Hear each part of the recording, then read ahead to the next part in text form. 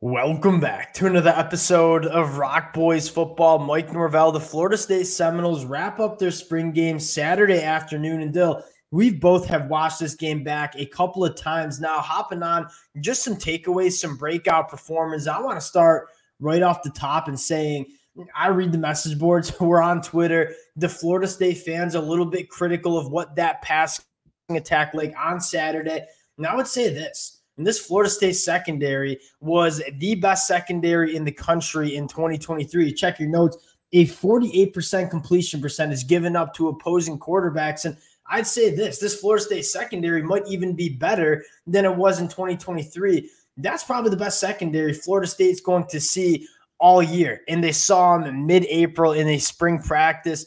I think this passing attack is going to find its stride. You got a lot of new faces, obviously a new quarterback. So I'm not as critical about what the passing attack looked like as a lot of Florida State fans might be. Want to hop into what we saw before we do, and as always, just want to say thank you to you guys. Massive shout out to the Florida State fans. Y'all continue to show a ton of love, a ton of support to the fellas. If y'all do enjoy the content, consider subscribing to the channel. Much more importantly, would love to hear some of your opinions in the comment section. We always learn a ton from you guys. And without further ado, Dill, I'm going to give you kind of the tee box here with this Florida State offense. Yeah, I mean, I think it kind of looked the way you wanted it to look in terms of doing a lot of things, getting to the boundary really effectively with some of those guys who you brought in. We were really excited about. I mean, Jalen Lucas looks almost exactly what you would want as a guy in that offense, because when they run those sweeps, I mean, he just looked like he was moving a little faster than everyone else. And he looks a little bit different. 100%. And that's like kind of what you have, because Mike Norvell's offense never really built around that like three yards in a cloud of dust style of run. It's built on hitting big plays in that rushing attack. They did the same thing last year. It's not like Trey Benson ran the ball for 5 yards every play. It was like 0 or 80. It was like, that's just kind of how they're built a little bit. And you saw the same things today. They have the players to do it. They hit a bunch of big runs. And I think the pass game is probably, as you kind of said on the outset, where you want to see them clean up drops. Some of those things that just you can't have in the middle of the season, but you do have a talented group of wideouts. I think my first impression of this Florida State offense, it is so fast. Like, that's what we've been talking about all spring, and you see the speed on full display. Jalen Lucas kind of circled back to that one. I don't know if there's a better weapon to come to Mike Norvell's offense than Jalen Lucas. You saw him get involved in so many different ways. Now, I want to talk a little bit about DJU and his performance. Ball was coming out pretty quick. Like, he looked like he knew where he wanted to go. The throwing windows were just not really there. That is a very sticky Florida State secondary. If you wanted to complete the ball down the field, you had to be perfect with your ball placement. Wide receivers had to make plays. Dill, the one thing that kind of stood out to me, it kind of past analyzing every single throw that DJU had, was they're going to push the ball down the field. Like, they know what DJU is good at. They are going to push the ball down the field. They're going to work the boundary. Not nearly a shot on Jordan Travis. Many of you guys know Jordan Travis, one of my all-time favorite college football players. DJU has a little bit of a different skill set. There are throws that you can ask DJU to make that you probably wouldn't want to ask Jordan Travis to make, and you saw that Florida State offense kind of mold itself around what DJU can do in the throws that DJU can make. And I am interested to see how they develop sort of that underneath passing game a little bit. And in fairness, Florida State's defense was making plays on balls. Marvin Jones making a really nice play, getting in throwing windows. DJ Lundy doing it, and some of the other linebackers. So it's not like they were missing the throws. They were just having plays made on them. But again, you do kind of want to see, because that is part of what I feel like made Mike Norvell effective last year, and what they were able to do is just not let the ball touch the ground that much. And in the end, you do want to see them be able to rip it down the field. But I think you do want to see them build that short intermediate game a little bit and be a little bit more, because I just don't think they hit enough of those. They hit their big plays at a pretty decent clip, but they weren't getting the ball. Like those completions, you just need to keep. And I would argue that when you can attack the deeper third, like Florida State can with all that speed, you have to supplement that with utilizing the space underneath. Going to the wide receiver play, Malik Benson, a healthy Malik Benson, and we're just hoping Malik Benson's healthy, because I think that's a true wide receiver one. That's an NFL caliber dude. He looks a little bit different. Outside of Malik Benson, I didn't leave that spring game saying I am super high on these wide receivers. And again, it's a lot of, not a ton of proven production coming back. You saw some drops. Akeem Williams probably just not progressing like a lot of Florida State fans really were hoping. And that's not necessarily me getting super down on this Florida State wide receiver room because, again, you're working against a very good secondary. But outside of Malik Benson, how many guys did you see on Saturday afternoon say, yeah, that's going to be a guy that Florida State can really rely on heading into 2024? And that is the hard part. I mean, I thought Kentron Portier, you saw him make some of those plays down the field, that back shoulder catch, like that's what you want to be able to see from him. And then you have the drop. It's just like that kind of issue where it was, okay, you see the flashes from everyone. You see them from Darian Williamson. You see him from High. Yeah, let me rephrase what I said. Sorry to cut you off. I'm not necessarily down on the Florida State wide receiver room because you guys know I've been very high on the potential of this Florida State room. It's the consistency.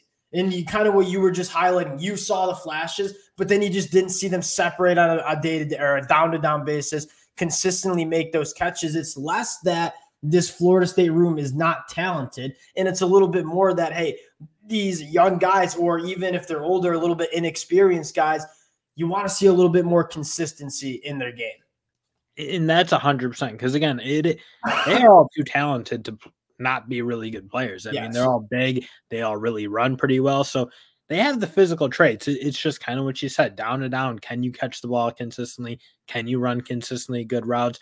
I mean, Ja'Kai Douglas is a guy I almost want to see more. I feel like you saw him a little bit in that spring game. A guy who I thought in that Georgia game was pretty good times last year, later in the season, was effective, especially working underneath and making some plays with the ball.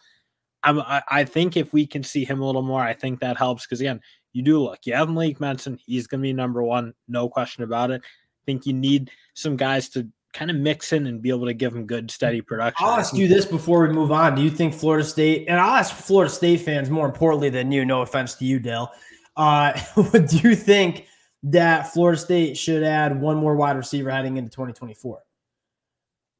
I mean, and I'd have to look through the portal, but there's not that many players who would like. That's where I'm at. Florida State's too good of a football team. That's the unfortunate part of where they're at. They did their work in the winter when they can, but when you're that like top 10, top 15 team, there's just not that many guys in the portal in the spring because there are guys who got beat out at schools that are probably not even where Florida State's at. So I don't really see how Florida State with the roster they have. I mean, maybe they could add an interior lineman, defensive lineman, maybe a linebacker.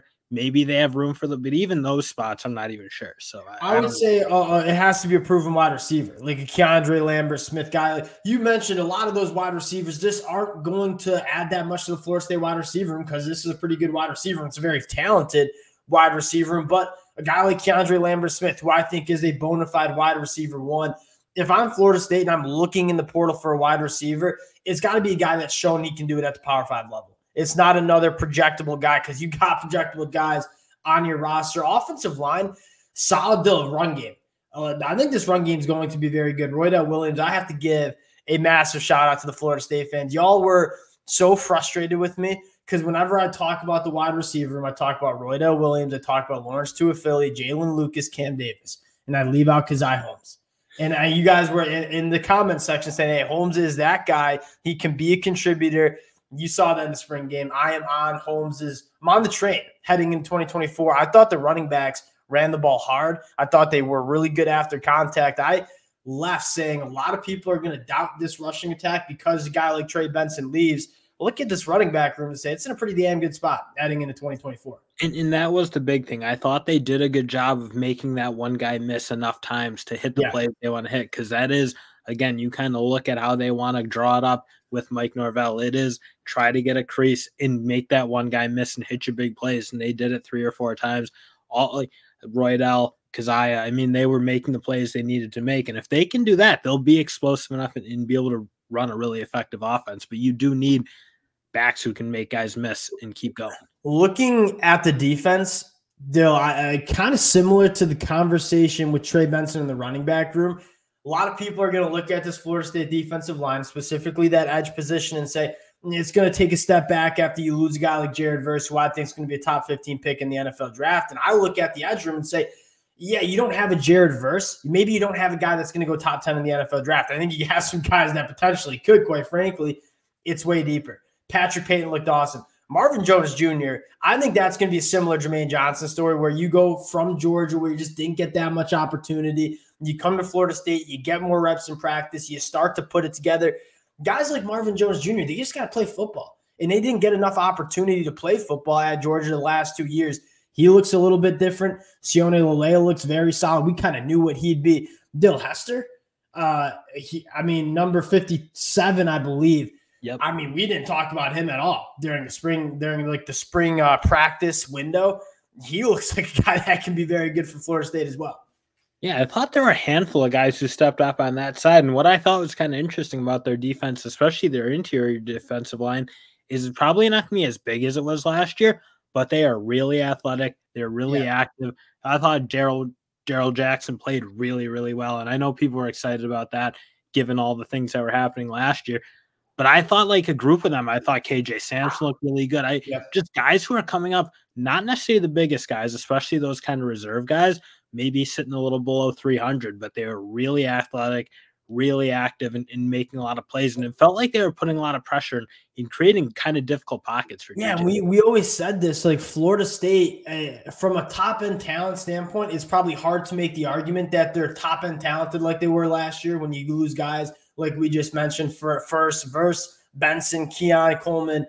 But Dill, from a depth standpoint, I think this Florida State team's in a much better spot than they were in 2023. And we always talk about this. What's Florida State's goal? And you make no mistake about it. It's winning an ACC title. It is making a run in the college football playoffs. What do you need to do that to win games in November and December? You got to be deep, especially along the line of scrimmage. My biggest takeaway was the depth on this Florida State defensive line. It's in a better spot than it was in 2023. Linebacker position, I think you're higher on the linebackers than I am. I still would like to see them add a guy that you've seen play good football at the Power 5 level in the transfer portal. That's really the position that I would like to see them address. And Dill, you go to the back end of this defense, we kind of said it at the top, this secondary is going to be so good in 2024. Yeah, I mean, you got Thomas and Cypress. I mean, both have played really well for a long time. One of the best cornerback duos in the country. I mean, Thomas might be as good as it gets in college. He is really, really good in my opinion. Then you you even started to see some of the young guys play good. Kai Bates, I thought looked really good. Jones looked really good. So that secondary, it's deep, it's really good, and it's ultra sticky. Quandarius Jones ran with Malik Benson down the field. I don't know how many cornerbacks can do that and made a play on the football.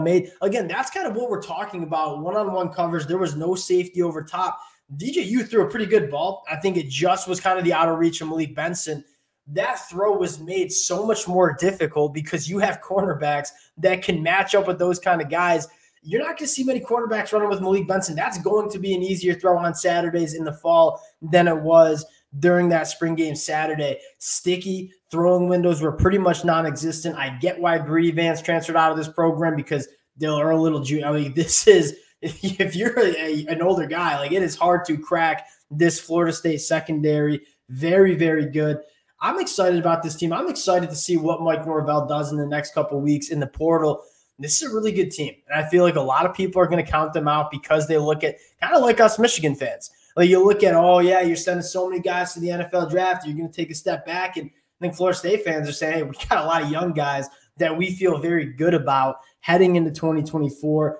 I came away definitely impressed with the defense. The offense, obviously, you want to see a little bit more. We'll probably cut it on that. Appreciate you guys rocking with the boys. Would love to hear some of your feedback in the comment section. If y'all do enjoy the content, consider subscribing to the channel. Appreciate you guys, and we'll talk to y'all later. Peace.